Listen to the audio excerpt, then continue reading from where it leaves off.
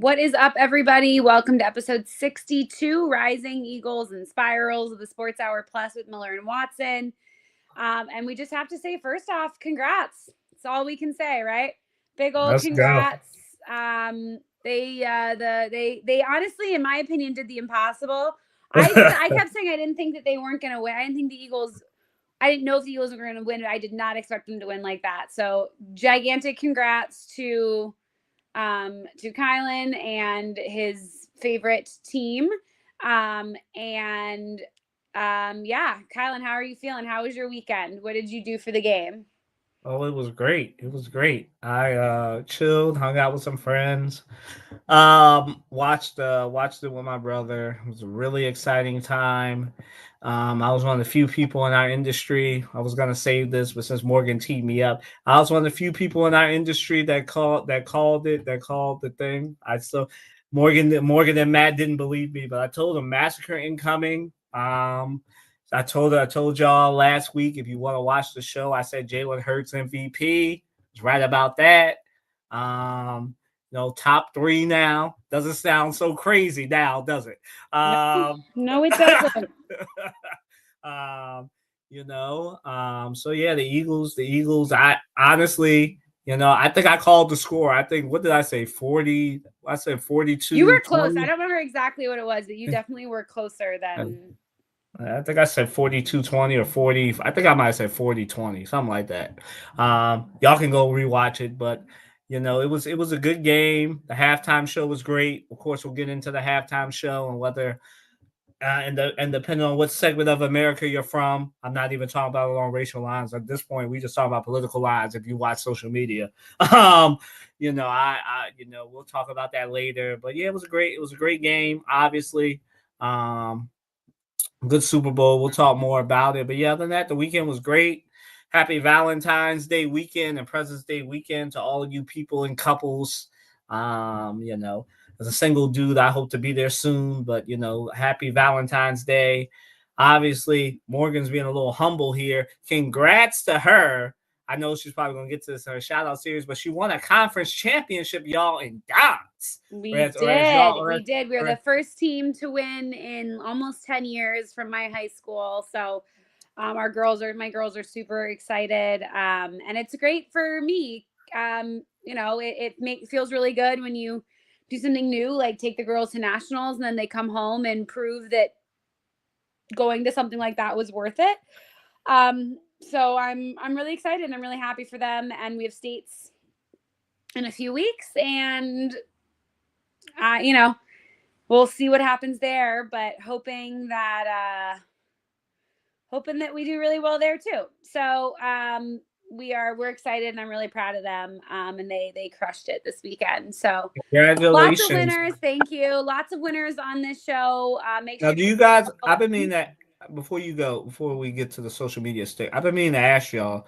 Y'all have a team name, or is it just Yeah, Dan? so it's It the can't be. Stratford High dance team. The the mascot is the Red Devil. So some people call them like the Red Devil dancers, but I don't love that. So I just say the Stratford Varsity Dance Team. That's So but again, really proud of them. They're awesome. You can follow them on Instagram if you want to give them a follow. I think it's Stratford Varsity Dance Team, something like that. But that's give us a beautiful. follow on X/Twitter. Here alone with the dog, so you will be hearing Mike bark.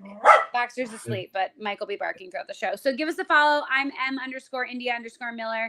Kylan is at Kylan W. Watson. Now that football's over, I'm sure Kylan's going to be full in on basketball, so you will get a lot of that. I probably won't be using Twitter as much, thinking that in about 5 weeks I'm going to have a little infant to take care of. So we're both getting close to exciting times of the year for us. But let's get right into it. Let's get into the Super Bowl. So the Philadelphia Eagles dominated the Kansas City Chiefs in Super Bowl 59 down in New Orleans. NOLA, as some like to say. I mean, this was just an absolute ass kicking. I don't know if there's any other words to use for that.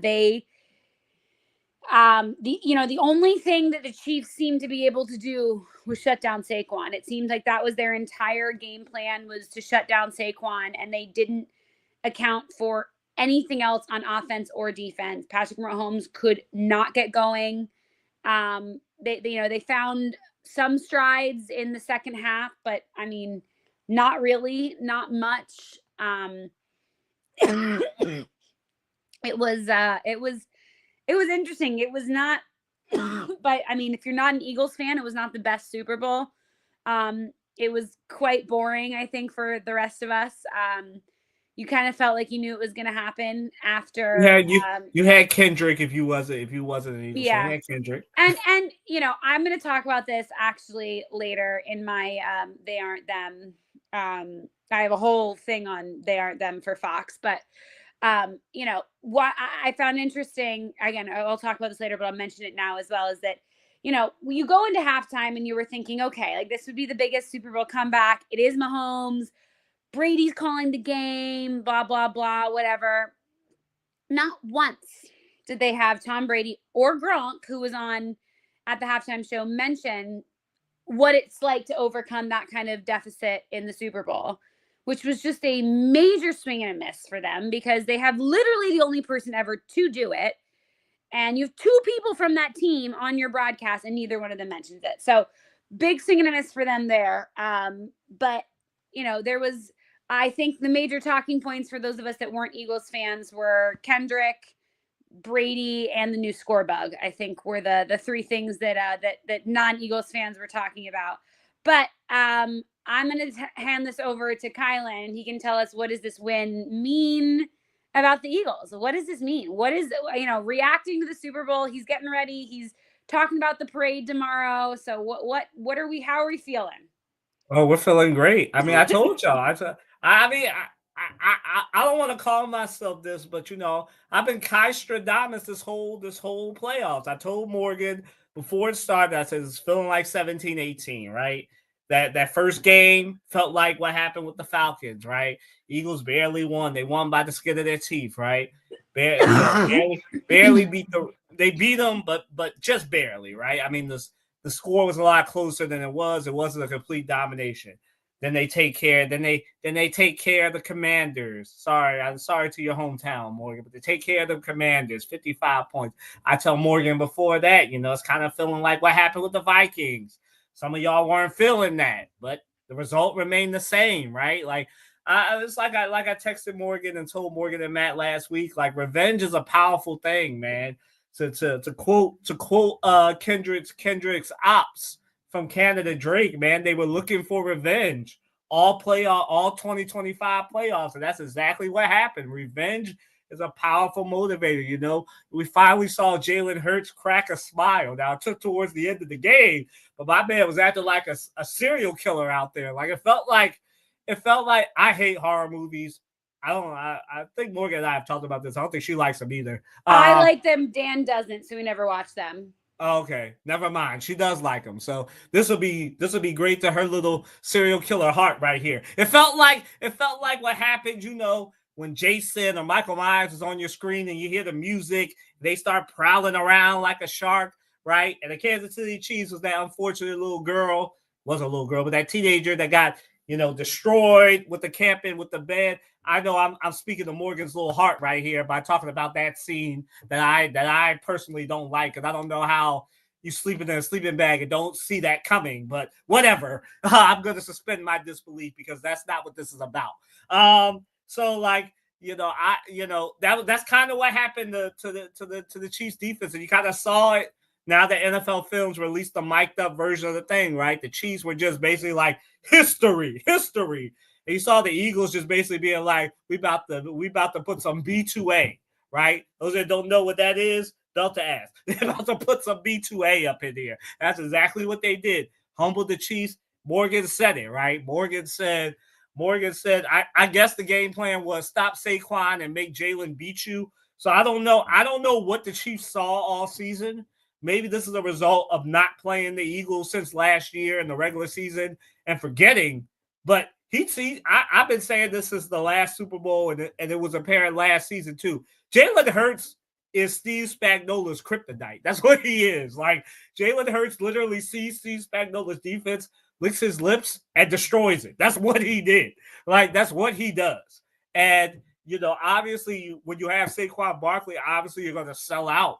But I said this is the danger about the Eagles, and maybe this was a benefit of Kellen Moore not pulling out the playbook until later.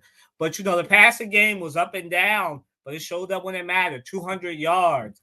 First Eagles quarterback to go to 2 back-to-back Super Bowls, right? The Eagles just were the better team. I said that, Morgan, Matt, we've all said this. The Eagles were the more talented team. Obviously, when you face the God quarterback, which is Patrick Mahomes, you got to beat him up. And Jalen Carter and them beat him up. Shout outs to Josh Sweat. Go get your paycheck, my guy. Just don't go to the Giants. Let's keep that Giants to Eagles pipeline alive, not Eagles to Giants. Let's keep that pipeline alive. But I gotta rib Morgan a little bit. I mean, the Eagles have done what the Giants couldn't do: get James Bradberry and get Saquon Barkley a ring. So I am of the mindset that the Eagles just did what we say they do. We've said it all game, right? I mean, about the Chiefs, all playoffs. The only nice thing we could say about the Chiefs was, well, what I said, I won't quote Morgan. What I said was they were living on a prayer, and the prayers ran out when the clock struck midnight, and the Eagles said, "Nah, that's that three-peat." It's unfortunate because I know Taylor Swift got booed by our home state fans, which a lot of people were like, "How could they do this to Taylor?" I'm like, well, when you show up on the Chiefs sidelines and there's a bunch of people from Philadelphia or the surrounding area around, you're the ops for the game. That's it. And then we'll go back to liking your music after the game's over. So, what does this win say about the Eagles? I mean, now we've seen it. They're dynasty killers, right? Like, they killed the Patriots dynasty.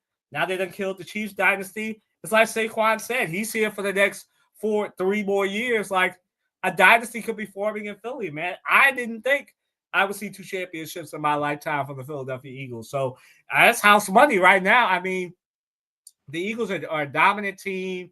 Say what you want about Howie Roseman. This team is built to last because this team, unlike the last Super Bowl team, wasn't built with a bunch of free agents. It was built with I said it before for the game last week, right? This team was specifically built to kill the Chiefs or any other team from the AFC and the NFC, right?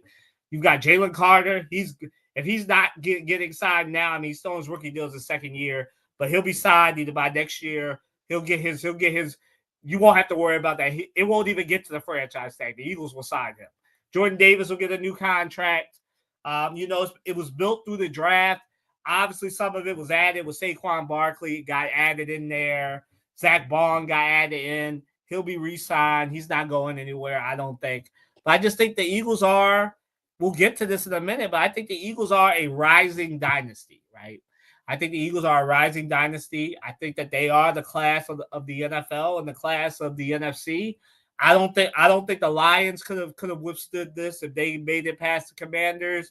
We'll see what that first game looks like. I'm interested to hear. This is not a question before Morgan, has her child. I would love to hear her thoughts on what she thinks the first game will be. It doesn't have to be today. Could be before she goes on her leave from the Skycast to have her human. To have her little. I could see Eagles. Are they playing the Bills this year? I think so. Let me see the Eagles' opponents. It'll probably end up being the Lions. Yeah. If I was them, I would schedule the Chiefs, but I don't know. I don't think they play the Chiefs this year. Let me see. They don't have a schedule out yet. They should have their home schedule out. I mean, it's not officially released, but I know he's been making. I know they play the Lions. They have their first game is against the Bills, so it won't be against the Bills. Yeah, the only game they don't have decided, Michael, is that first game, but their first away game is at the Bills. Okay, well, luckily, hopefully that'll be in the fall and not the winter. But yeah, the Eagles are the class of the NFL right now, and there's a lot of teams that need to catch up with the Eagles who probably won't be able to. But the Eagles are the class of the NFL, man. I mean, what can you say, man? Howie Roseman is like I keep saying that. I don't know why people just don't have his calls blocked. like if Howie Roseman is calling you, he's going to take your lunch. Like it's no if ands or buts about it. Like, I just think that the Eagles are just built to last, but we'll see. Moving right along, unless Morgan has anything to add to that. No. No, All right. no, I think you're right on there. And this the bigger question, honestly, I always think that when a team loses the Super Bowl, there's a lot more to be said about, this team, I guess, than the Eagles. Like, we know what the Eagles are. We talked about this a little bit last week, that I kind of thought that this was the Eagles' window. I was saying that I don't necessarily know if they're going to be able to keep this team together. They got a lot of big names that they have to pay this year. So I think it's good that they won, because I don't know how dominant that means they're going to be able to be for the next couple of years, as they are going to have to pay a lot of people. But the Chiefs, I think they're in an interesting position. We don't know what Travis Kelce's going to do. He's been wishy-washy, right, on what he's going to do, and I don't know. I'm intrigued to find out. I think he could go either way. I think that obviously Mahomes isn't going anywhere. Andy Reid's already said he wants to coach again. So, I just wonder if Travis Kelce leaves, does that open up windows for other players on that team to become big name superstars? What do you think, Kevin? Yeah, I think it opens up an ideal spot for the tight end behind them. I think it's Noah Gray, right? Or is it Watson? One of them. I definitely think it opens it up. Second, yeah. Yeah, I think for me, I think this loss says that the Chiefs are great. They're a great team. Obviously, they just came up against a better, more talented, and younger team in the Eagles. I think this says the Chiefs need to get younger, right? Obviously, Patrick Mahomes is in his 20s. You got Xavier Worthy, but you need to get younger. Like, is Isaiah Pacheco your running back? Do you need to get another one? Obviously Kareem Hunt is not the answer. He knows that. That's why he was the backup. Do you actually need, like, for the Chiefs, I think you have your speedy receiver, right? You got Xavier Worthy. As much as I love DeAndre, he had a big drop when the Chiefs needed it. I don't know if he's the possession wide receiver they need. Obviously, they're going to pay him to be that, but I think I think what this says about the Chiefs is Brett Veach and them need to get back in the drawing board, get on their Howie Roseman, and get some draft picks. Obviously, you're the Chiefs, right? You don't have the high draft picks, but you got to nail the draft. That's what happened with the Eagles. They nailed the draft. Obviously, they had to get a Jalen Carter, and to get I don't think they weren't bad when they got Jalen Carter. They just so happened to have a top 10 pick. They were bad when they got Devontae Smith. Obviously. The thing with Jalen Carter is he also fell pretty far down in the draft pick. Right. He should have been one of the top 3 picks that year. But right. Yeah. Fortunately for the Eagles, unfortunately for Jalen Carter, he was in the passenger seat of a bad car accident when somebody died, and then fell. And he fell. Obviously, they were drag racing. His car and the other car, and unfortunately, the two students in the other car passed away. Right. And he was not. We should say he was not in the driver's seat. It was his teammate, but he caught the flack for it. If correct. They fled the scene. So they fled the scene. Obviously, yeah. They caught the flag for it, which is unfortunate. You shouldn't fled the scene, but he seems to be past that. For now. And you have all that right. And the Chiefs, they obviously have Rashee Rice, but we don't even know if he'll ever play again because of his off the field issues. So the Chiefs need to draft. Essentially, if you're the Chiefs, you need to get younger. You got to. I love Chris Jones, but he got to go. So does obviously when your team it's one thing to lose, right?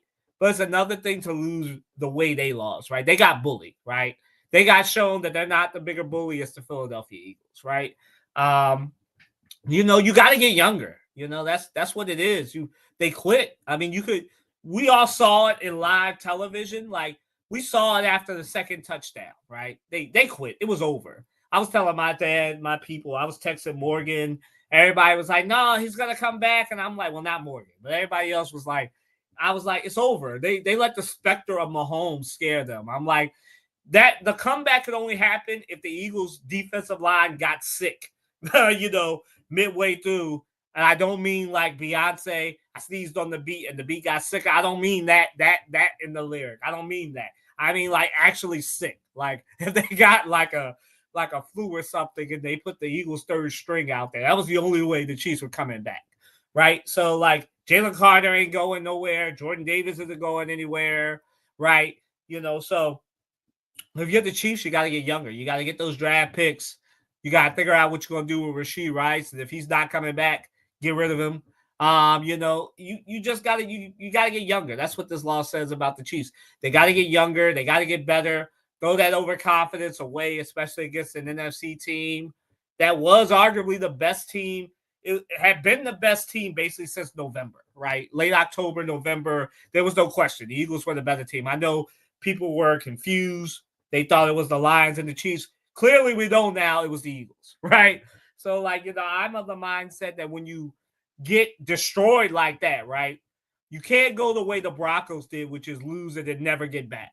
So the Chiefs have to figure out, what are they? Are you the Broncos or are you the Kansas City Chiefs, right?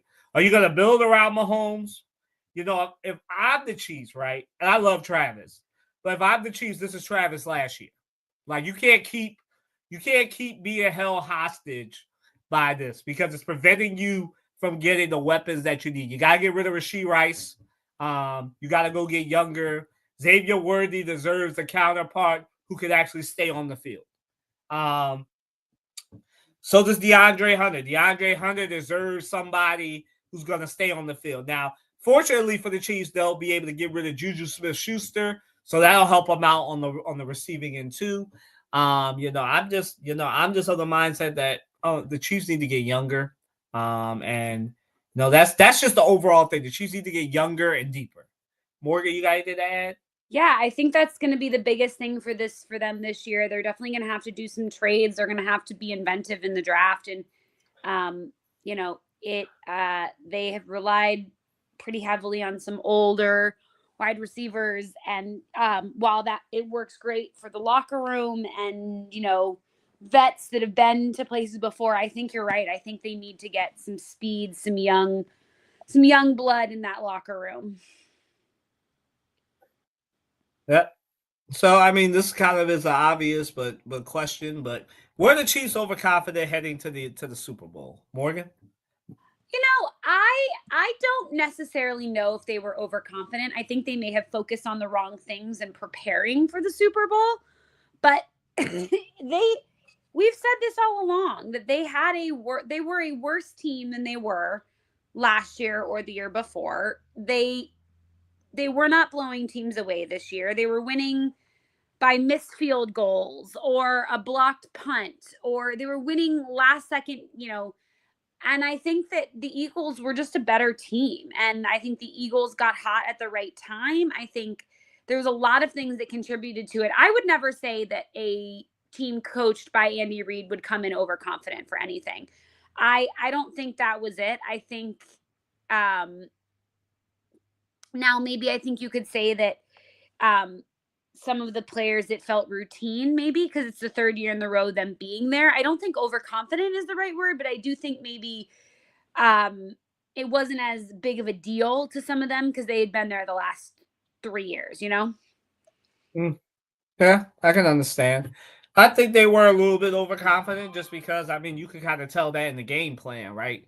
Like, I feel like overconfidence leads you into that game plan where you think you can just sell out on Saquon Barkley and stop the Eagles offense, right? Yeah. Now, granted, right? Like, that was like, maybe that wasn't the players, maybe that was Steve Spagnuolo and his defensive people. But like, I'm of the mindset that, you know, you don't quit like that unless you're overconfident. That's like, fair. I'm of the mindset that like if you are the big bad Chiefs who have won the last 3 championships, you don't quit. Like you can literally see, and I'm actually like Jordan Mailata said this about the Commanders, like what's gonna break first, your will or your spirit, going with the Bane quote from the Dark Knight. But I thought that should have been apropos on Sunday, because you literally could see when the Eagles went up 17-0, right? You literally saw the Chiefs spirit. You literally saw the souls leave the Chiefs. Every player, just like you could just see it in the camera angle. Yeah. Like whoever that guy. I mean, you saw with the Cooper DeJean pick six. I think there was a release of energy. Michael, what do you know? He has my jacket and he's trying to. He's biting my jacket. No, dogs. Yeah. But we actually, what's funny about that is that we found a clip. We just posted it on social last year at the Combine. We asked Cooper DeJean who he would think would be the coolest to pick off, and he answered Patrick Mahomes, which is pretty cool. He manifested that. That's he really funny. did. Oh my God. No, look, you can literally see the soul leave their bodies. Like I think that they thought that, maybe they bullied the Eagles, it would work, but it didn't. I just think that they were a little bit overconfident. And I think that, we kind of saw what happens when you sell out. Like, they wanted Jalen to beat them, and he did. And that was the game plan. That's what happened. I don't know why they didn't adjust. Like at some point, right?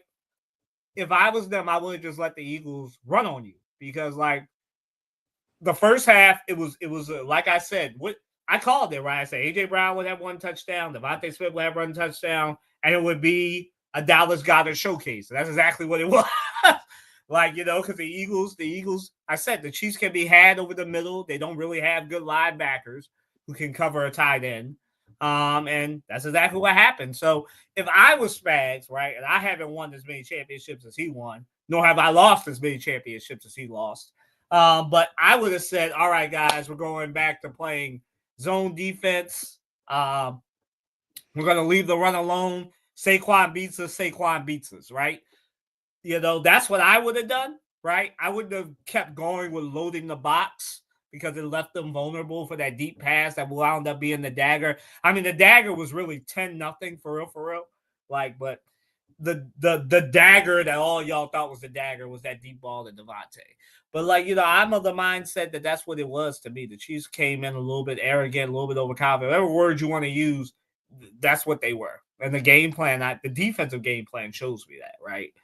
Now, we'll never know, because Patrick Mahomes never actually got a chance to really destroy the Eagles defense the way he thought he could. But I mean, I am of the mindset that that's what happened. So now to the question that I asked last week: is Jalen Hurts now a top 3 or at least a top 5 quarterback in the NFL? Morgan. I said last week I thought he was between a top 10 and a top 5. I will give him that he had a really, really, really solid performance in the Super Bowl. And I would say he's probably a top 5. I still don't see him at top 3.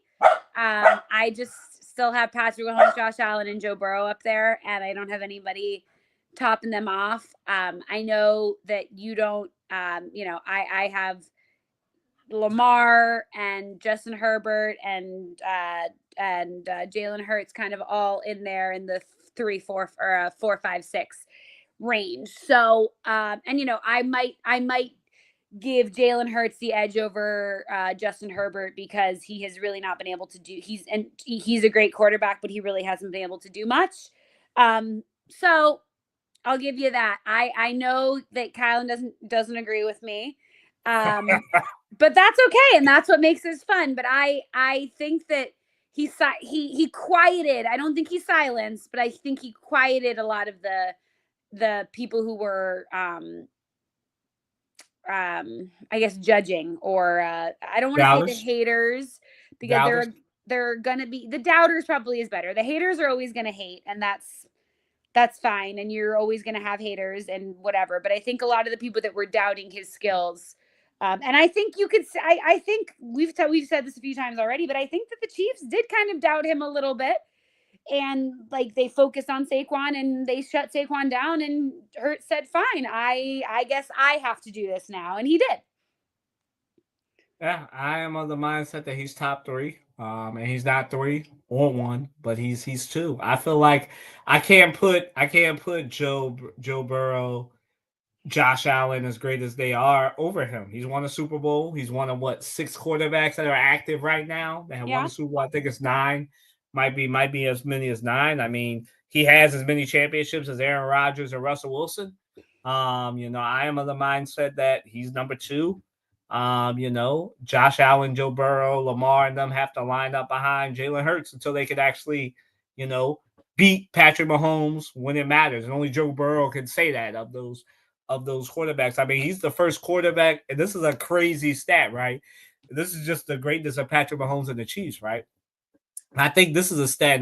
I know this was crazy on Morgan when she heard it, but he's the first quarterback drafted after Patrick Mahomes. Like, he wasn't in the same draft, obviously, but drafted after Patrick Mahomes to win the Super Bowl. The first one of this era to win the Super Bowl off Patrick Mahomes that was not named Tom Brady, right? So, like, I am of the mindset that Jalen Hurts, because of that, he's the top 2 quarterback, because there's not that many people that can say in this NFL, like, and listen to what I just say to your haters and anybody who's a fan of another football team. Jalen Hurts is one of the few quarterbacks not named Tom Brady to beat Patrick Mahomes when it matters, to outperform Patrick Mahomes when it matters. Joe Burrow never did that. Josh Allen hasn't done it yet. Lamar hasn't done it, right? I've said this. He's seen Patrick Mahomes 3 times in his career, right? Beat him twice. Now, beat him twice, once in the regular season, 1 in the Super Bowl. So he's 2-1 against Mahomes. So how many other people can say that, right? Like Patrick, we joked about this and said it. Like, Patrick Mahomes has turned quarterbacks who are first or second ballot Hall of Famers into Karl Malone, into Charles Barkley, into Patrick Ewing. He has made sure that Josh Allen and the rest of those quarterbacks will never win a chip as long as he's in the AFC, right? And so, to me, it's just like to Morgan back when Morgan and I were kids, right? And people, Tennessee knocked off UConn. Like, it was a big deal to knock off UConn when they were dominant in the women's basketball. Same thing here. Like, when you knock off Goliath, right? That's the reason Eli Manning got into the Hall of Fame. It wasn't his numbers. It was the fact he didn't get into the Hall of Fame. So right. My bad. Right.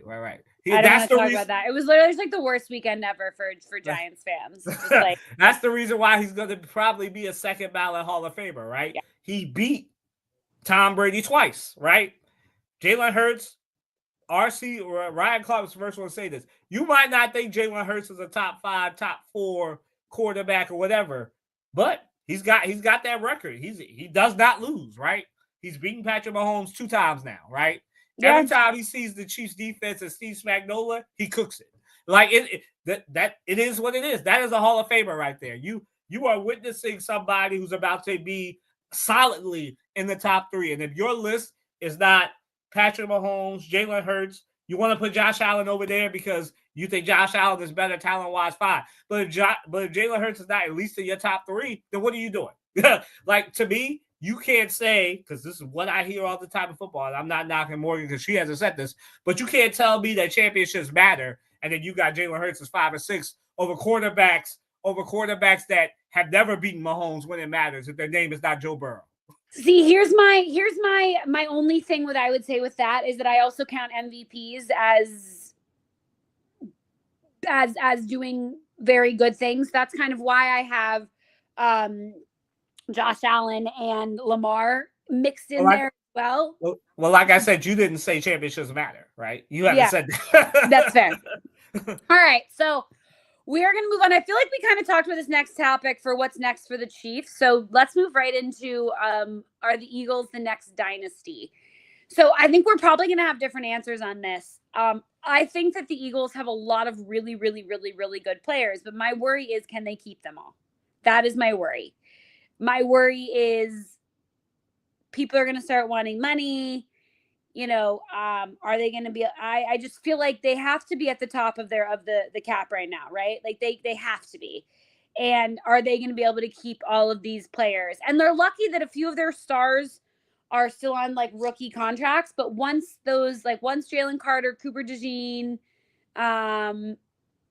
who else is on a rookie contract right now? Quinyon. Once all of them, the next couple of years, it's going to be really hard to keep them on rookie contract, or going to be really hard to keep them all around. If anyone can do it, it's Howie Roseman. Of course. I don't doubt that, because he has proven time and time and time again that he can do it. Yeah. Now the good thing for the Eagles is Cooper DeJean was a second-round pick, so that helps them out on that end, on that front. But I'm of the mindset that the Eagles are a rising dynasty. I feel like whatever they lose, obviously they'll probably lose. Josh Sweat hired Drew Rosenhaus before the Super Bowl, so he's as good as gone. Even though I know he also reps Jalen Carter, so you can lose. I love Josh, but you can lose Josh Sweat to gain Jalen. I think they could. The biggest thing for me, right? The Eagles need to keep Zach Bond. They need to bring back Mekhi Becton. And then after that, you can fill it in via the draft and everything else.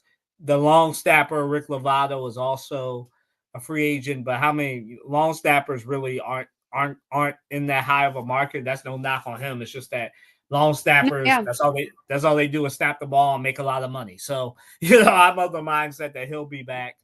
But to me, I just think they need to stay healthy, obviously. I think as long as you have Jalen Hurts, you got a chance, and you got Saquon Barkley, A.J. Brown. The good thing is they took care of all their offensive players over the last few summers. The big thing for me for the Eagles is what are they going to do at tight end? Now, I love Dallas Goedert.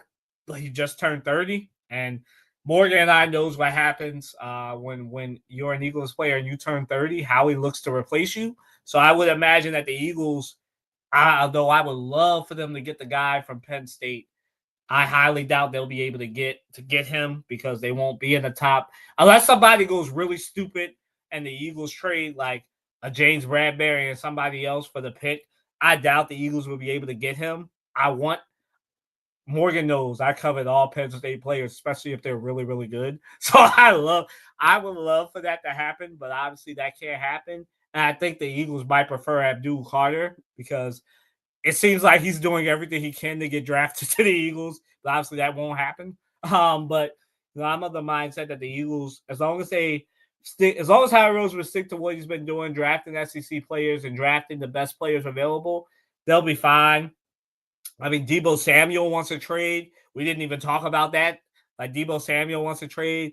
Y'all know I must be happy, because I had that low-hanging fruit, and I'm sure Morgan is shocked that that's not on here. But we'll talk about it next week. But, Deebo Samuel is available. I'm not saying he's going to be an Eagle, but he's available. I think you should have raised your eyebrows if you're a Niners fan that he showed up after saying he wanted to trade in an A.J. Brown jersey. To me, that says, take me, Howie, but I could be wrong. But I'm of the mindset that, the Eagles are a rising dynasty, and this is the summer where they should be taking care of all of their defensive assets after taking care of all their offensive assets. So I think they are the rising dynasty, and we'll see, because they have to back it up now, but they've won 2 championships in the last 7 years. And so what's to stop them from winning one more, going back to back, right? What's to stop them I think if they can keep this team together, it's going to be really hard to beat them next year. And, again, they still do have a ton of those players on their rookie contract. So next year, I think, would probably be their time to do it. Right. So what do other teams need to do to compete with the Eagles? I'll go first here. The rest of y'all need to start drafting. Well, I mean, y'all need to value draft picks, right? Like, if you are a team that sucks, like if you are a team that's in a top 2, top 3 pick, value them draft picks, right? Like, we talk about this all the time, right? And I'm not going to knock the Giants. I'll pick on the 49ers since I brought them up. It is a good thing to have really good non-toxic organizations, right? And, and not to be too old. That's what's happening to the 49ers. Everything that I said last year, right? Y'all can replay the tape. Morgan knows I said this. I'm Kai Stradamus over here. boy, what did I say when they lost last year? I said it was over for them, right? You did. like I said it was over for them because there was too many Eagles on that team. Brock Purdy. I'm the only media member who told y'all it was over for the 49ers, right, last year. Like, and I've been proven pathetic with it, right? Like, so it's the same thing here. Like, if you are a team, right, and you don't have a really good GM, like if you're not a Howie Roseman, you're not a Brett Veach, you're not well, Ozzie Newsome isn't there, but whoever the new Ozzie Newsome is with the Ravens, right? You need to get younger. You need to draft, right? You need to stop valuing free agency. Like the Eagles did value free agency, but like a lot of what this team is now is because they drafted it, right? Obviously, they lucked into Saquon Barkley as well.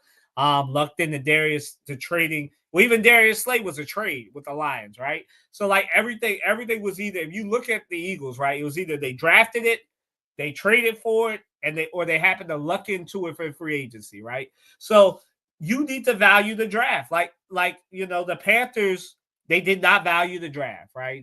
We'll see this year. The Titans aren't going to value the draft. Like the Eagles built this team because not only did they have a top, obviously they beat the Giants and Devontae Smith, where it might look a lot different if they didn't do that, right? But most of this team was built by second-round picks. Jalen Carter was a first-round pick, but everybody else was like second, third, fourth, fifth. Like most of the difference makers on the Eagles were, if you really look at it, besides Jalen Carter and besides Quinyon Mitchell, right? They were second-round, third-round, fourth-round, fifth-round, and sixth-round picks. Jalen Hurts was a second-round pick, right? Jordan Davis, who sacked Mahomes, second-round pick, right? Cooper DeJean, who picked six Patrick Mahomes, second-round pick.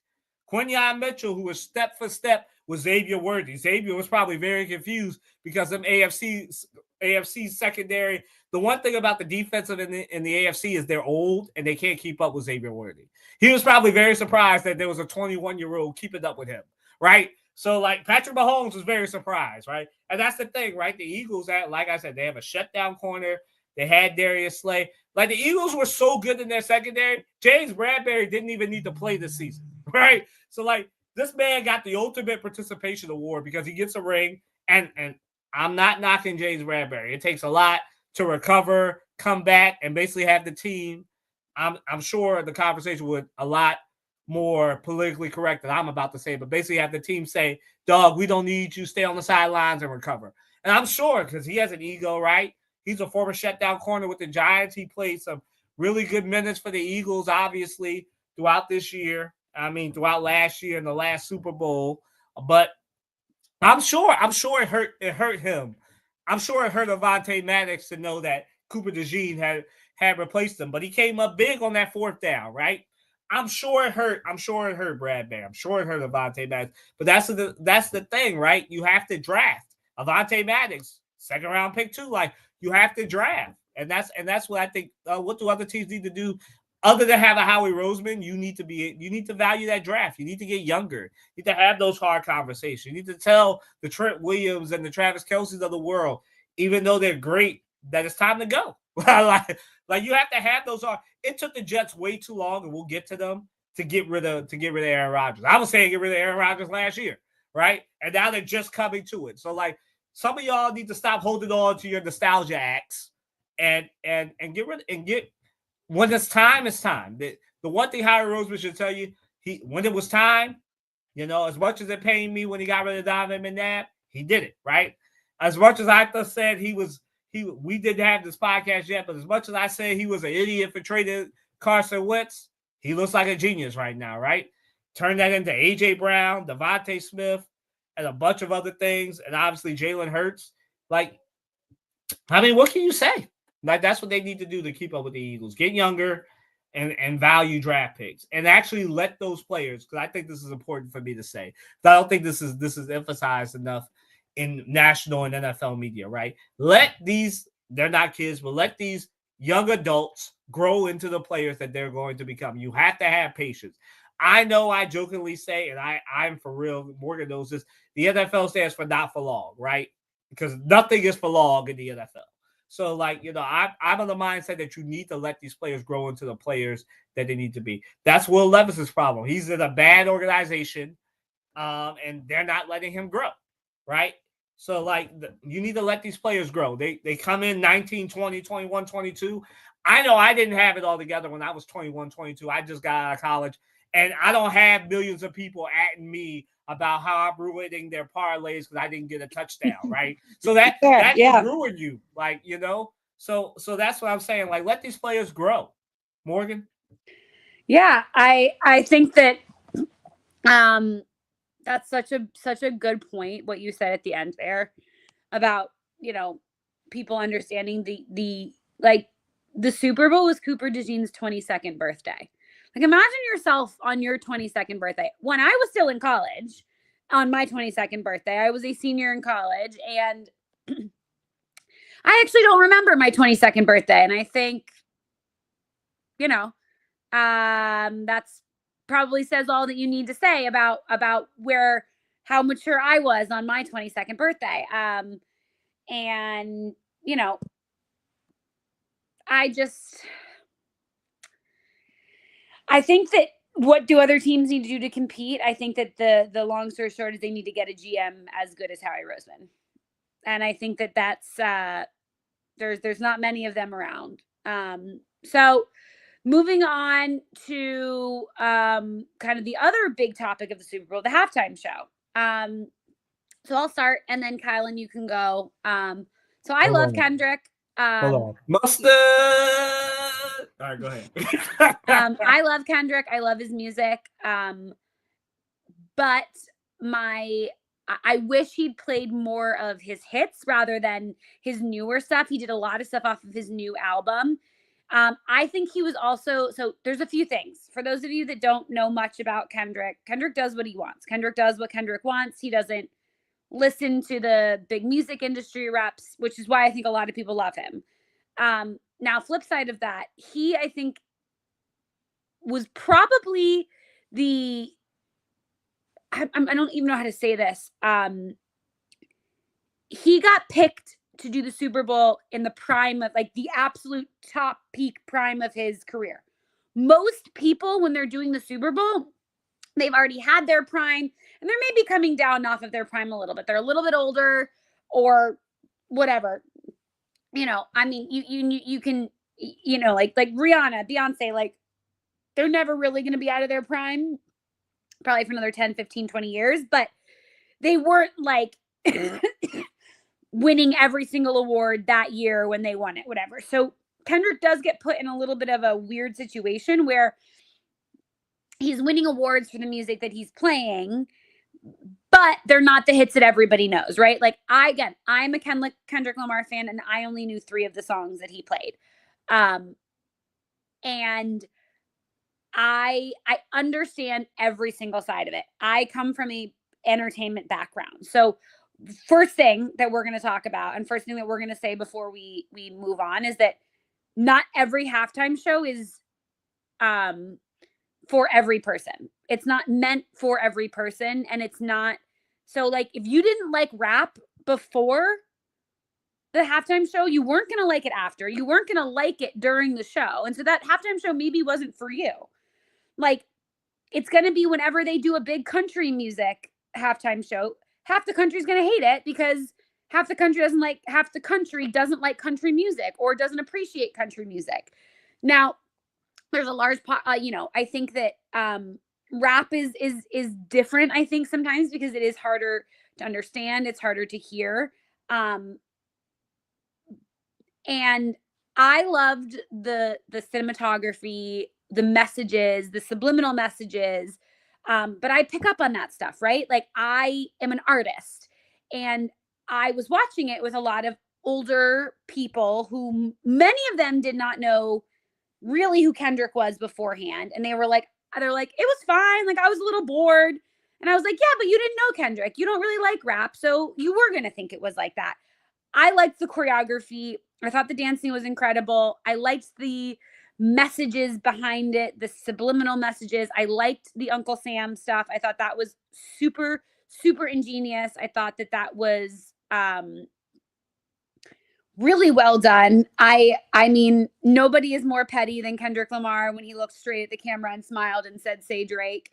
I mean, you just can't top that level of whatever. And I do understand, but I do understand that it is just in general, it's harder to make rap a spectacle like something like pop is going to be, right? Like you're never going to be able to top like a Beyonce or a Rihanna. Like Kendrick was never going to be able to top a spectacle of a Beyonce or a Rihanna. That's just not what his show was ever going to be. And that's fine. But again, you have to go into it understanding that. Now, the people who are hating on it for racial reasons, we don't even really have to talk about them because if they're watching our show, turn it off because we don't want you to watch that. We're not the right show for you to be watching if that's what you think. But I thought it was great. I was not my favorite Super Bowl halftime shows. The halftime show that still has yet to beat anything for me is the LA one where they brought out Snoop and Eminem and Fat 50 Cent and Mary J. Blige. Like, I love that's still my favorite halftime show of recent memory. And then before that probably is Beyonce. I mean, Rihanna is a close second when she came out and was like so pregnant with twins and everybody was like, whoa.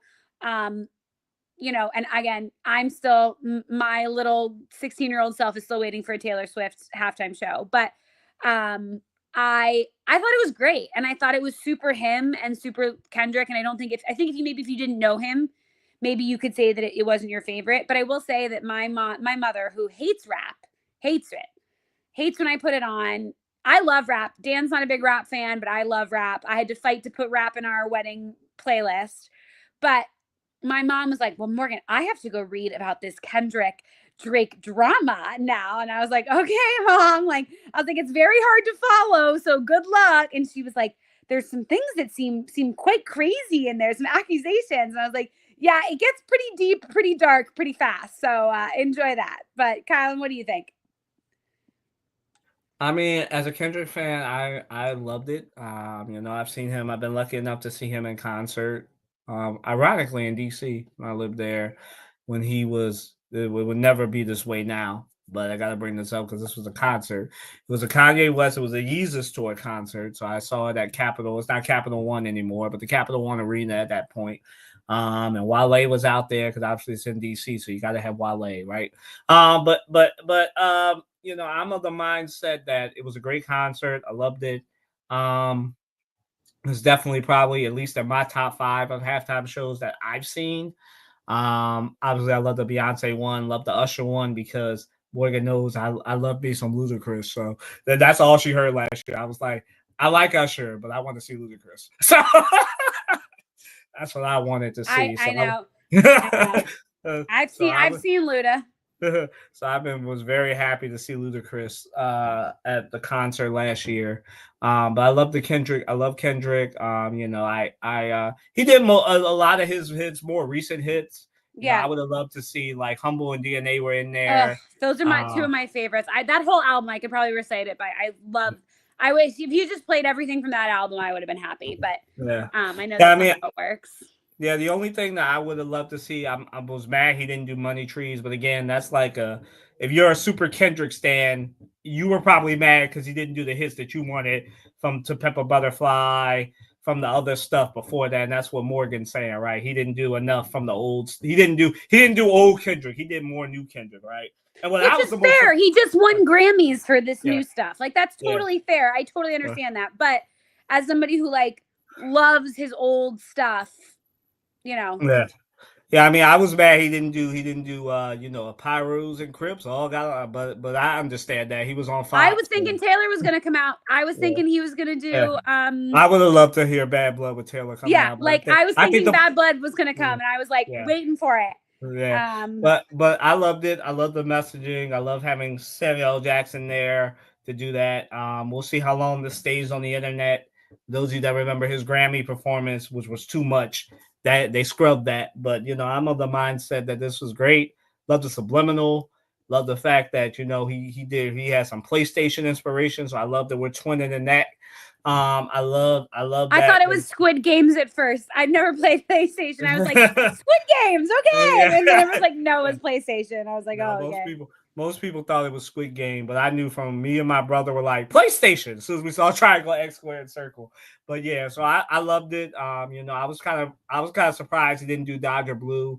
Peekaboo is like one of those hits off GNX that like you might like, but probably not. But I was happy for him. Like happy for Zizza. I thought he did exactly what he wanted to do, and that's yeah. really what matters, right? Yeah. Like there's no way he didn't put together that halftime show knowing that he was going to get backlash. Yeah. Right? Like there's just no way. And again, like I said at the very beginning, for those of you that don't know Kendrick very much, he doesn't care. Like that's like his whole thing. He doesn't really care what you or I think. He like is very much in it for the music. Well, just to clarify, I want to say, so you got two Kendrick stans on this podcast. We love the show, obviously. Again, if you're a Kendrick stan, the only thing you could probably possibly say is you didn't hear Money Trees. You didn't hear, like I said, Pyrus and Chris, probably because, Fox. But I was actually to go with the whole thing. My whole thing, because I said this jokingly the morning on the show, I don't know if it came across on air or not, but I was like, do we really think he's going to say pedophile on Fox? Knowing, and I'm sure that they told him not to do that because they did not want to get sued. I had a feeling he was going to just let the crowd say it and everybody was going to know what it was. My assumption, and that's kind of what he did. I was shocked that he said "say Drake." I mean, I was like, oh my God. I knew that was coming. He didn't have to censor that. I was like, they're not going to let him, especially once I heard Trump was there. I was like, they're not going to let him say pedophile. in front of the people that are there. It was crazy. Like I just like I was like, God, like can you imagine? Can you imagine being Drake? Like I've never really been a Drake fan. Like I like Drake. I like Drake, a lot of Drake's music. I think he probably would do a great halftime show. But like God, could you imagine sitting at home being Drake, just being like, God damn it, like God. Well, he was performing in Australia at the time, but I mean, we didn't even talk about like this man he didn't even get to the line, but he had Serena crip walking. Like, and I'm just like, if you're a Serena I was fan, like, is that Serena? Like, yeah. And that was the special guest. So many people were like, it's gonna be Janet Jackson. The special guest. I thought it was gonna be Taylor. I thought it was gonna be Taylor. With Serena Williams crip walking. Honestly, I thought it was going to be Beyonce so they could do Freedom in front of Trump and really piss him off. So I thought it was going to be Beyonce. I was like, are they going to do Freedom? What a halftime show for Trump to be there for. All right, but I think we both liked it, and there are definitely mixed opinions about it, and that's fine. But I think there's a way to share that you don't like your opinions without being racist. Stupid about it. Yeah. So stupid about it. Or if you're Matt Gaetz and another country singer that revealed themselves, I don't know what you're talking about, being like, this is crap with everything that's going on with you, but I'm gonna leave that one alone. But those of you that know the Matt Gaetz stuff, if you know, you know. But moving right along to Kellen Moore officially becomes the Saints head coach. And for those of you that are wondering, Adam Schefter has already reported this, but he is flying back to Philadelphia today, or probably is already here for the parade tomorrow. So he will be on one of them dollar buses tomorrow. So, you do not have to worry about that. Some breaking news on that.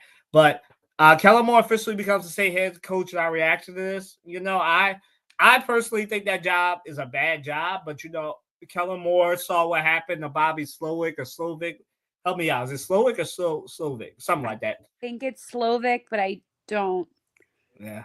Well, the former Texans OC, we see what happens now. He's a pass game coordinator. He didn't take a job last year. Not everybody's going to wind up being a Kellen Moore, a Ben Johnson, or Aaron Glenn. Like, you got to strike when the pot is hot. And I loved it. I feel like the Eagles did everything they could to try and keep him. But the one thing I will say about Kellen Moore is at least he didn't do a John Gannon. He stayed. He stayed pew, focused. Pew pew pew pew. Didn't phone it in, like, and actually won the Eagles a Super Bowl and stayed focused. So I don't begrudge him. On the Jalen Hurts thing, I'm kind of mad that he cannot keep an offensive coordinator, but I mean that's what the Eagles' job is. I mean, that says a lot about the greatness of Jalen Hurts, that every time somebody coaches him, that person gets a job the following year. So, I think that is great for Kellen Moore. You won a Super Bowl, doesn't get any better than that. And when you're a Super Bowl winning coordinator, you either stay long enough to watch the coach that's ahead of you get fired, and then you take the job, or you go get a job yourself. So, just another notch on that Doug Peterson, Andy Reid coaching tree. So good for Kellen Moore. I don't think it's going to mean anything to the Saints, but hey, strike while the pot is hot. And, he always has a home in Philadelphia if it doesn't work out, which it won't in New Orleans. But I don't think it's a great job. I don't think anybody really thinks it's a great job, but I think it's hard sometimes to turn down head coach money. So good luck to Kellen Moore. He seems like a great dude, a great coordinator. And we'll see what happens. So this one is it's a little more serious. The Saints helped the Catholic Church with PR for a priest sex scandal react. So I'm gonna have Kylan, I'm gonna have you go. All right. So, for those that don't know, you all remember, a year, not even a year or two, but like 3 or 4 years ago, when the crap really hit the fan for the Catholic Church, and you saw, a bunch of lawsuits in Pennsylvania. Now Governor Josh Shapiro, who was the state attorney general at the time, he sued the Catholic Church. You had a bunch, basically all 50 states and Puerto Rico. Bunch of these sexual assault survivors got together. They did a class action lawsuit, and a lot of these, because as it turns out, if you're Catholic and you watch this podcast, sorry that I'm rehashing some old stuff for you. But, you saw a lot of these priests, they would stay one place, sexual assault would come up, they move them somewhere else to remove them, punish them, and then put them somewhere.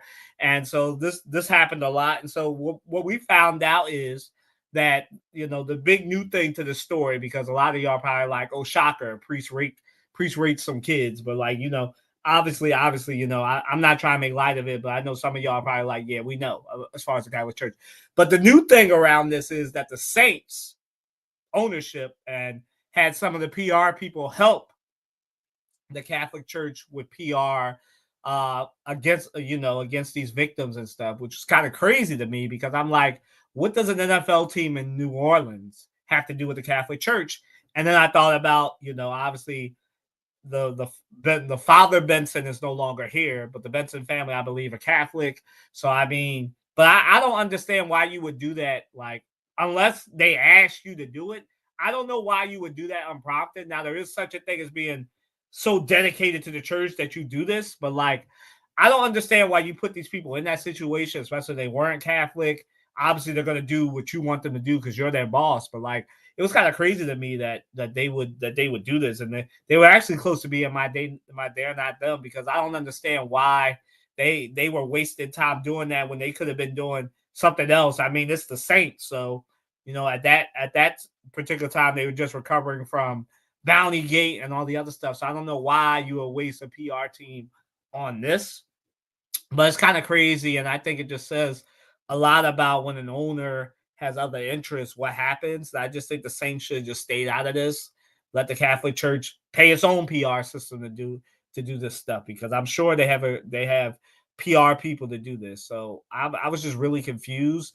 I just don't know why an owner would do that, especially an owner who owns the Saints, and they have their own problems. And so it should have been focused on the football aspect and not the religious aspect of this, because there was really, if you're being for real about it, as the criminology major on here, I feel like this case, as far as the priest sex scandal, was pretty open and shut here. And there was really nothing you could do to make the Catholic Church look good during this scandal. So I don't know why they were wasting time on this as far as the Saints PR people. Morgan? Yeah, I think you kind of said it all, to be honest with you. I don't think there's anything else that really needs to be hashed out with that. Right. So we're going to move on to who should the Eagles pursue for their offensive coordinator position. We talked about this a little bit last week when we kind of knew that Kellen Moore was going to be moving on. But now that it's happened, do you still feel the same way that you felt last week, Kylan? Yeah, I think it should be Frank Reich. Right. I think that, I know that Matt was kind of against bringing in somebody that has a statue outside the stadium, but I feel like Doug Peterson's stock couldn't be any lower than it is right now. So I feel like Doug Peterson, if he does not want to be an OC because of what that looks like, then he could at least come in and be a consultant. I think Frank Reich could do a good job. I think that there's people probably that we're not even thinking of, but those two are the two names that come to mind. I maybe you can get somebody in the college ranks that does a good job of motion offense. Like I always thought David Shaw would be good, but I know he's more of a West Coast person. I think he already has a job or has been interviewing. So we'll see. I mean, I always would love the enemy being here, but I know he just got a job. So I think that Frank Reich and Doug Peterson would be the two names that come to mind. And obviously I know that they have Kevin Patullo as well as the internal hire. But I think they need to. I think Jalen Hurts needs to have a big say in this as the Super Bowl winning MVP. Morgan? I agree. I think that when you have a quarterback that you know is like your quarterback, it is so important that you hire an offensive coordinator that's going to not implement an entirely new scheme that is not going to work for that quarterback, right? Because then that offensive coordinator isn't going to stick around, right? So right. I agree with you. I think that they are going to need to rely on Jalen Hurts for that. And I think, it is the disadvantage of winning the Super Bowl is that you kind of get the last pick of all of the coordinators that are looking to move. So I'm wondering if maybe they'll bring somebody up from college would be my wonder. Yeah, probably. I would imagine maybe they keep the Penn State the Eagles pipeline going. I mean, he's not gonna want to take this job because of everything that they're spending to make Penn State a football powerhouse. But if James Franklin, I would think James Franklin would be great for this, to keep that pipeline going. But like I said, I doubt off of a third place finish in the playoffs he's gonna do that. So, but I could see that coming coach Saquon once again. I could see that. Mm-hmm. But moving right along to Morgan's forever, he's not him. Aaron Rodgers is being let go by the New York Jets. Morgan, I feel like I must let you start on this because I know you got a lot to say. Aaron Rodgers is finally being let go. I mean, Jets fans are rejoicing right now. What do you say? Yeah, I mean, I as much as I hate the guy, I think that the biggest reason for all of this was the ACL. The ACL happened, and I just don't think that the Jets were able to recover from it. I mean, he won, I think, 8 games, and one of those games he shouldn't even get credit for because it's the game with the ACL. And I mean, what's his face? Kid from BYU played for most of that game anyway. Oh, Zach Wilson. Zach Wilson played for most of that game anyway. So literally, besides the first 5 snaps before he tore the ACL. Yeah. I don't think this comes as a big surprise. Aaron Rodgers strikes me as someone who is never really happy anywhere he goes. I don't really know where he's going to be headed. I know there's rumors with the Giants. There's rumors with kind of everybody that needs a quarterback. And the problem is with this year is that there aren't great quarterbacks to be drafted. So we know that obviously the Patriots aren't going to. So let me pull the draft order up. While you do that, do you think he goes home? He's from the Bay Area. You think the 49ers give him a call? I don't know if they're ready to be done with Brock Purdy yet, though. That's my worry. NFL draft order. All right. Well, we know it's the Titans, and then else. So Titans, yes, they need a what are we doing? Come on. I was about to say you're dark, so I know. All right. Okay, choose another app. All right, can you see me now? I'm doing this on my iPad and I'm trying to figure this out. Okay. No, we see. No, you went away. Okay. So the Tennessee Titans, they say that their biggest needs are quarterback, wide receiver, edge, and OT. I mean, they do like, do we think Will Levis is done there? Like, honestly, I mean, I preach patience, and I think the Titans are not going to be patient with Will. No, I don't either. So you're looking at the top 3 teams all need quarterbacks, right? Tennessee, Cleveland, and New York all need quarterbacks. Now, New York has been very clear that they think they want to draft a quarterback, but also get a veteran quarterback to come in. A lot of people are saying Matthew Stafford, Jameis Winston, that kind of person. And then, ideally, we know that Shedeur would like to be in New York. And I don't know how much sway he's going to have. He is Shedeur. His dad is Dion. And I mean, who knows? Maybe he'll pull an Eli Manning and say, I'm not playing for the Titans or the Browns. I wouldn't want to play for the Titans or the Browns if I were a quarterback. The Giants at least have a competent management. They have a competent coach. They really do have players around them. No one is begging to be traded from their team. They truly need a quarterback, and they need an offensive tackle so bad. And then they need like those 2 spots in the O-line to help. And I honestly think that they won't be in the worst shape ever. So I know that, we'll see. I don't know. I don't see the Giants taking an Aaron Rodgers. I can see the Titans, or I can see the Browns taking Aaron Rodgers. But again, it's where Aaron Rodgers wants to go, I guess, is probably up there as well. But I just don't see the Giants taking him. I see the Giants really going for somebody more, like I said, Jameis Winston, Matthew Stafford, Sam Darnold type of player. For what it's worth, the Giants don't love their quarterbacks to be super outspoken. I mean, look who they've had. They've had Daniel Jones and Eli Manning for the past 20 something years. So, they don't love, they like their wide receivers to be the ones that are in the media. But I don't know. I don't know who else desperately needs a quarterback. I mean, I'm just going down the draft list. The Patriots don't, the Jags don't. Vegas does. I could see him going out to Vegas. I could see that. I would. Yes. No, go. As far as I see it as this is the 49ers chance once again. I mean, they had it with Lamar.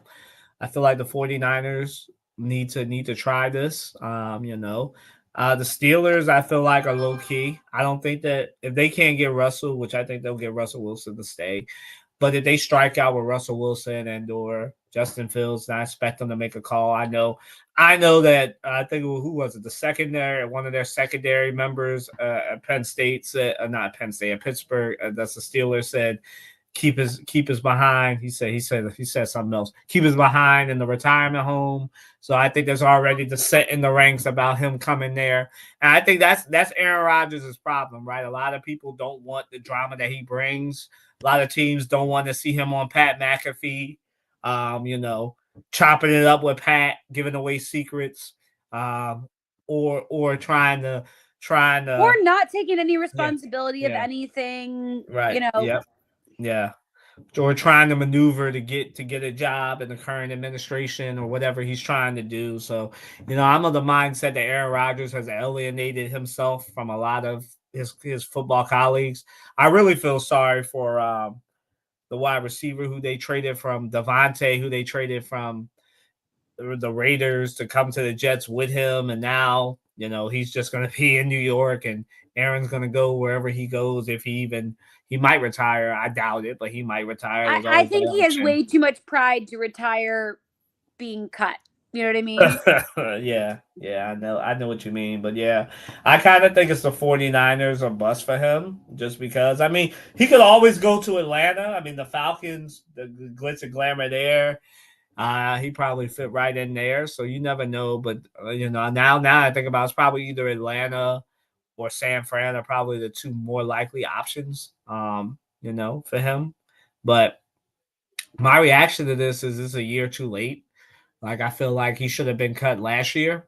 And I feel like he's not that guy anymore. He's not him. I feel like, a lot of his early career has glossed over the fact that after that last MVP, he did this. So I feel like it's not, I feel like it's a year too late.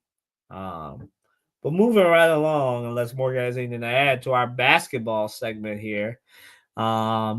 Before we really get into it. So the 76ers lost last night to the Brooklyn Nets. And they're on a 5-game losing streak. Unfortunately, they need to get healthy. I think they kind of have their Eagles moment right now. I'm not saying, for those of you Sixers fans who are listening to me, I am not saying that they're going to win a championship this year. But this is now time for them to look in the mirror, try and figure out what they do well on both sides of the ball, do that. Play Tyrese Maxey, Joel Embiid, and Paul George as many games as they can. Paul George, just to put a bow on this, is not healthy. He's got a bad pinky finger, and when you have a bad pinky, whether it's on your shooting hand or not, it takes a lot to dribble a basketball, do any crossovers, shoot the ball. Everybody knows, for those of you that are not basketball players, the non-shooting hand is just as important as the shooting hand because you got to hold the ball to keep it straight to make a shot. So we're kind of seeing this with Paul George. He was on an upward trajectory, that he got hurt. I feel like he'll be fine. The second year is always the better year when it comes to a new trio. You just have to be patient, guys. Like, this season is a season from hell for the Sixers. It hasn't really gone well for them. But I still expect them to be in the playoffs this year.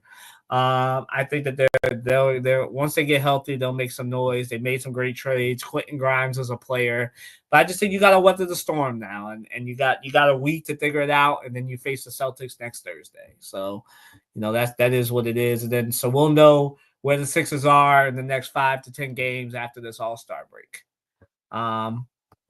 Moving right along, the most surprising teams of the first half of the season. I think Houston is one, a big one. The Houston Rockets actually being good. I don't think anybody had that on their bingo board as the basketball season started in October, but the Rockets are really, really good. The Grizzlies are back with Ja Morant back. They seem to be a better and deeper team. As far as on the east side, I think, the Heat still being a player without Jimmy Butler, I think, is a surprise. I think the fact that you have the Magic actually survived without Paolo Banchero for a good portion of the season.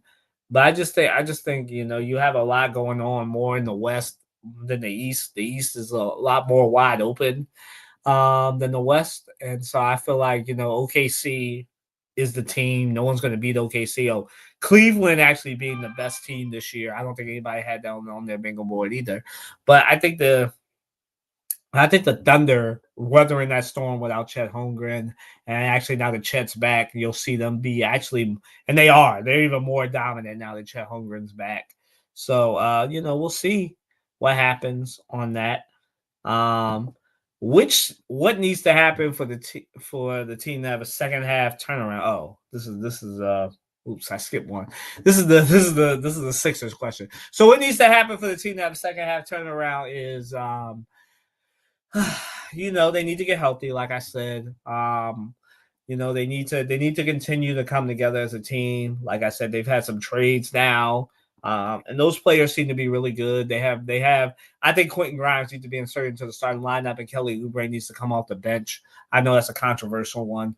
And like I said, the big three need to get more comfortable. Specifically, Paul George. Nick Nurse needs to call more plays that uses Paul George in his strength areas, which is him as a ball handler, him in the off-ball screens to get better shots. And Paul George is not trash. He's just very underutilized And I think that there's a lot of casual basketball fans I know, because one is tagging me nonstop on Facebook about it. Like, they're doing happy dances, 50 games into an 82 game season. They're doing happy dances about Paul George not being good. So I think he'll be better next year, and I think he'll be better in the second half of the season. And I think the Sixers will be fine. You just need to RELAX, y'all. But yeah, which teams are heading for an explosive second half? The Thunder, the Cavaliers, the Celtics. I think the Knicks are going to head this way. Got to keep that New York hate alive. The Knicks are headed this way. I think the Sixers are headed for a second round, an explosive second half as well. Especially like I said, once they get healthy. But to the question before Morgan tells us what UConn's doing, should the NFL ban the brotherly shove? Now, for those of you that want to know why this question is there are rumors that after what happened with the Chiefs and how Chris Jones was complaining, and you saw Chris Jones after the first touchdown, they had to basically put his neck back in order. I think that when a play is good, you should stop it. You shouldn't ban it. They didn't ban the QB sneak for the Patriots during their dynasty. But that's all it is, just a QB sneak, and the Eagles are just better at it, right? Josh Allen couldn't even get it done, even though that was clearly a first down. Like, the Eagles are just really good at the QB sneak, and it doesn't matter. Like, Jason Kelce wasn't even there, and it was still successful. So, to me, it shouldn't be banned. If you want it banned, stop it. Morgan? Yeah, I think that it's an interesting fact. So if you for those of you that don't know the rule, how long ago?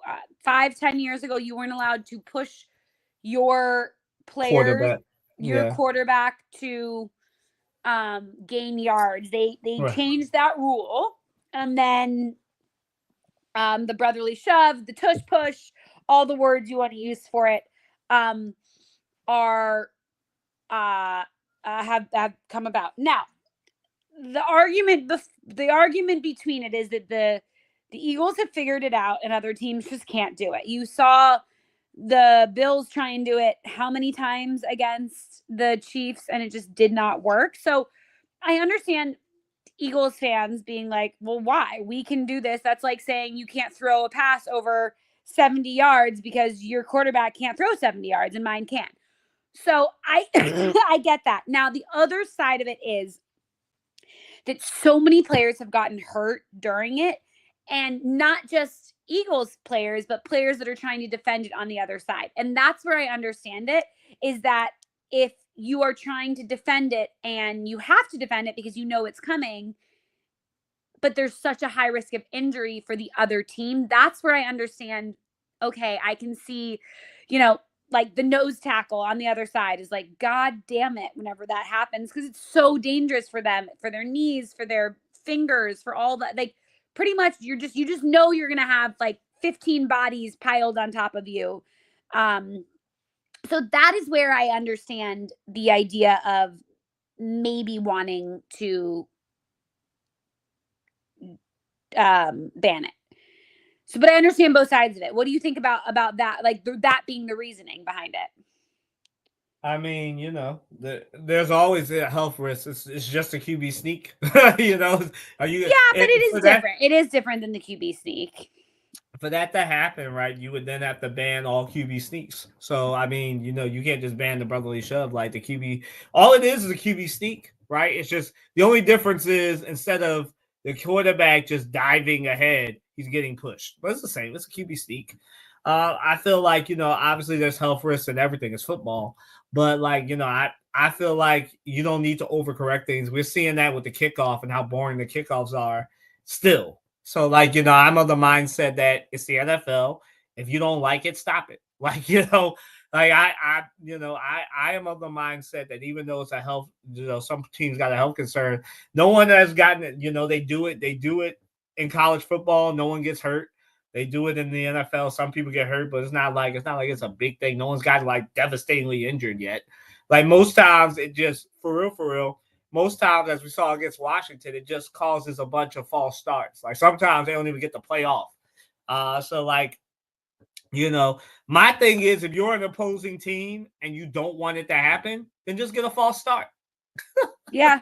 Yeah. Well, but then you say, well, then what happens with the Redskins happen?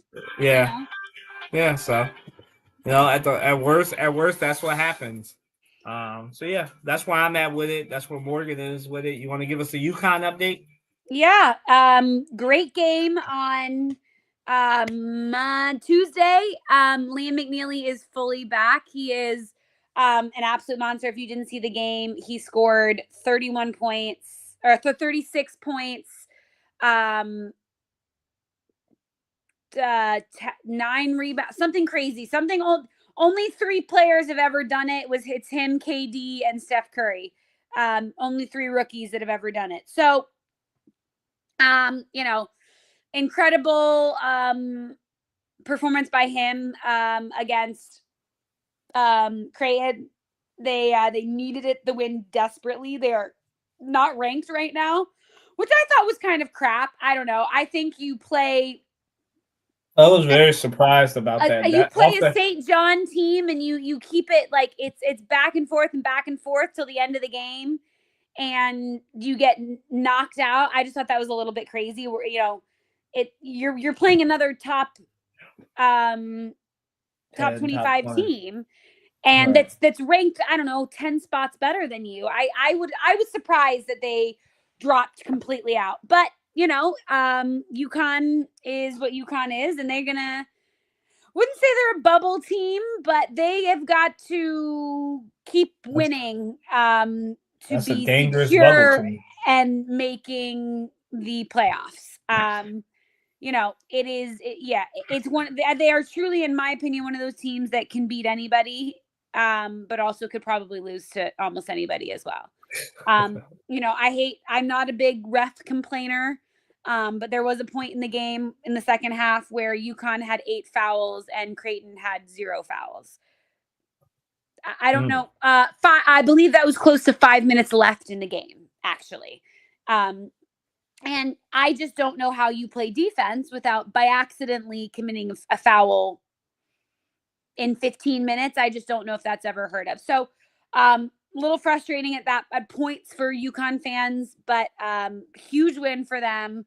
The girls are the women's team is, they're bouncing, they're trying, they got a lot going on right now. So hopefully both those teams will, we'll be fine. Wiley's back, so that's a good start. Yeah. Yes. We'll be back. So are we going to baseball? Yeah, we got to. This is a big story. We got to go to baseball. Ian Bregman is heading to the Boston Red Sox. Now, I both of us are not baseball fanatics, but Ian Bregman is one of the best hitters in baseball, and the fact he's going to Boston, I mean, I don't really want to do much analysis on this because obviously they haven't played he hasn't had a meaningful bat yet. This is a big move for the Red Sox. It's great if you're a Red Sox fan. I'm very surprised that he was still a free agent at this point. Because it didn't spring. I mean, they're all basically getting ready for spring training right next month. So that's crazy that he was still available, but good get for the Red Sox. I mean, I have nothing to add outside of that. I don't know if Morgan has anything to add. I know she's not a Red Sox fan, so I don't know if she has much to add other than good get for the Red Sox. No, yeah, I mean, great get for them. Spring training started, so pitchers and catchers have reported to spring training, and we'll see. They don't take much time off in any of these sports. They as soon as one ends, the second one seems to just come back. It feels like I was just watching the Yankees get devastated in the World Series, and here we are back to pitchers and catchers getting sent to training camp. So without further ado, shout out series.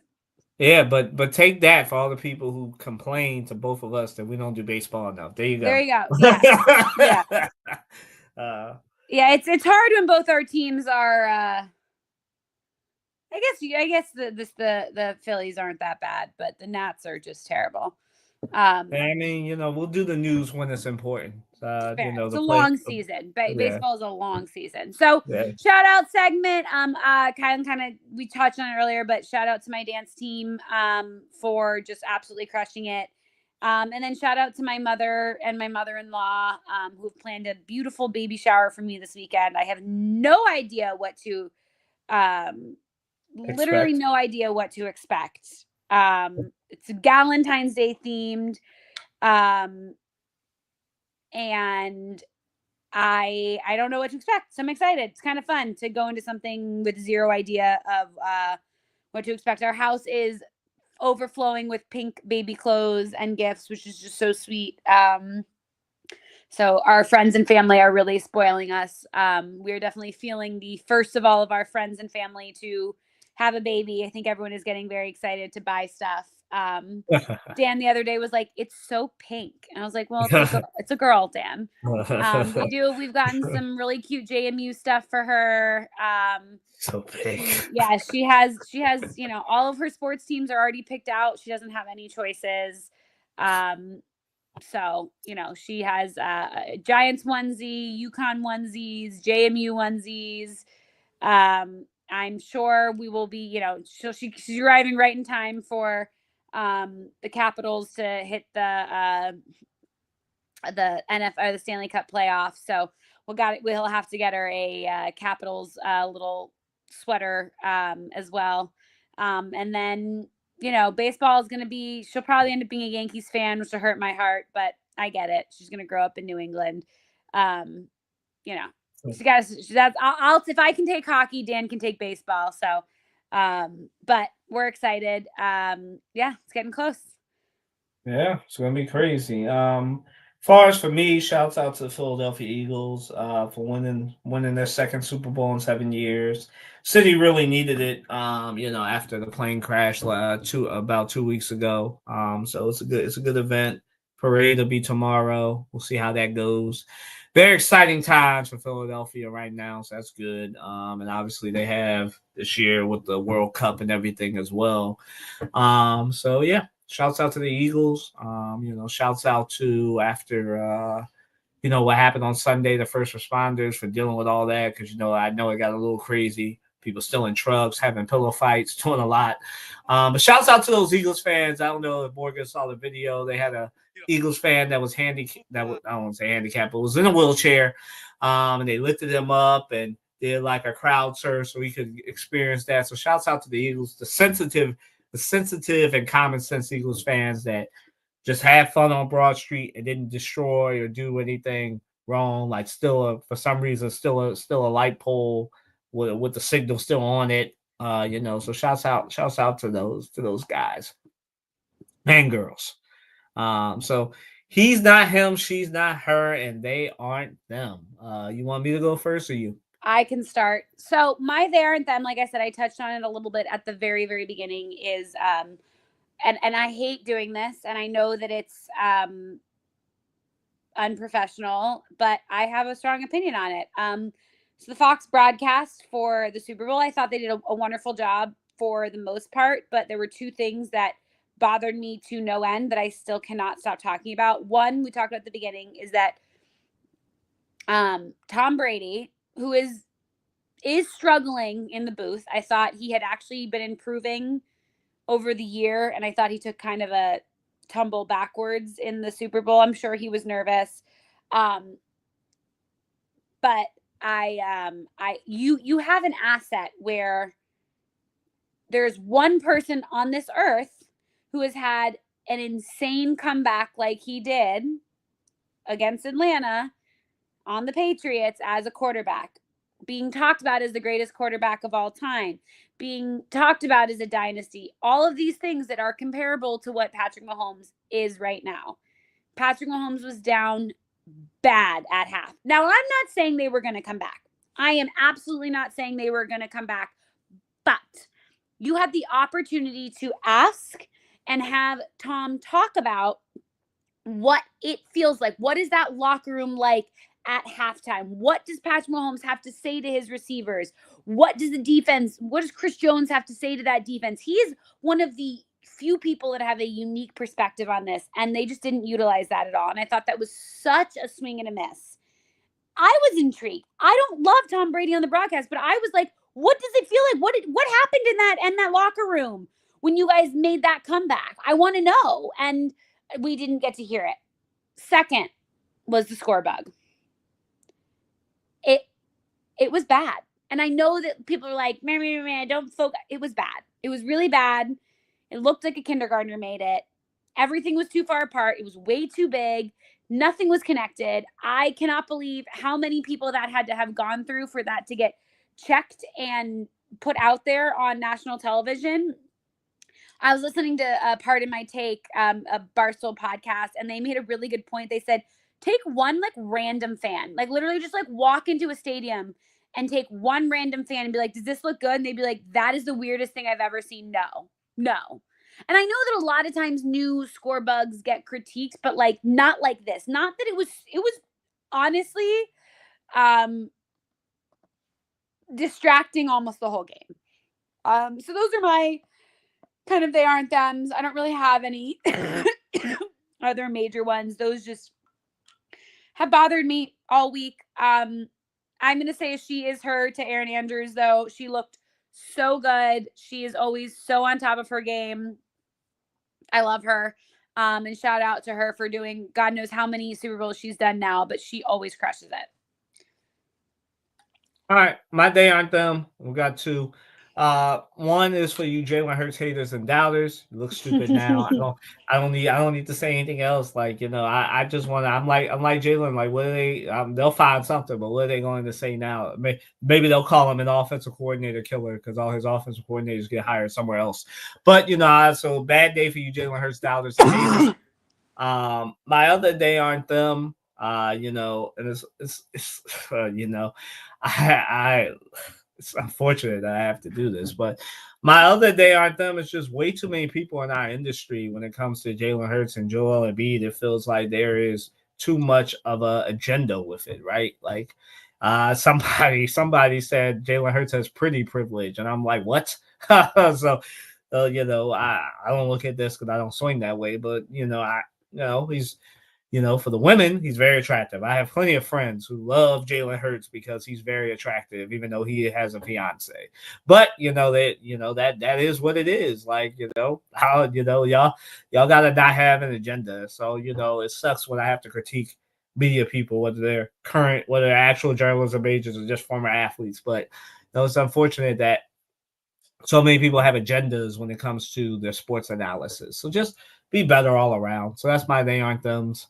Jalen Hurts haters and doubters, and then people who see Jalen Hurts and Joel Embiid and other Philly athletes and just have an agenda against them. Like, and it doesn't. I don't know if they did anything to you personally or not. The personal thing could just be your wife or your girlfriend like them too much. Why does that matter when you cover them though? Like, cover if they do something. Say if it's bad, if it's good, whatever. But don't let a bias affect. Like, that's the one thing we all learned in J school. Like, you don't let a personal bias affect what's going on. Like, what's the story, right?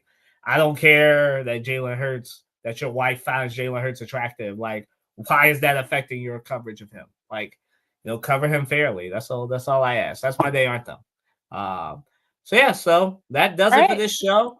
Hour and 38 basically. We got out of here in 2 hours. Morgan can go do her errands. I gotta go curl my hair, make myself look presentable for Valentine's Day dinner.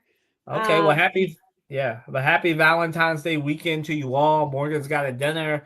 For the Eagles fans, be safe out there for parade day. Be safe. Don't do anything stupid. Respect everybody that's volunteering, and it's gonna be cold. It's gonna be a cold one throughout the East Coast. So, happy, like I said, Morgan's got a Valentine's Day dinner to prepare for. Got to go get all spiffy for that, but I'm sure her and Dan will have a good time. So, shouts out to all you couples enjoying this weekend as well, and have a safe President's Day. Morgan, you got anything to add before you get out of here? Enjoy your long weekend, and peace out. All right, deuces, y'all. Will the balloons show up? There they are.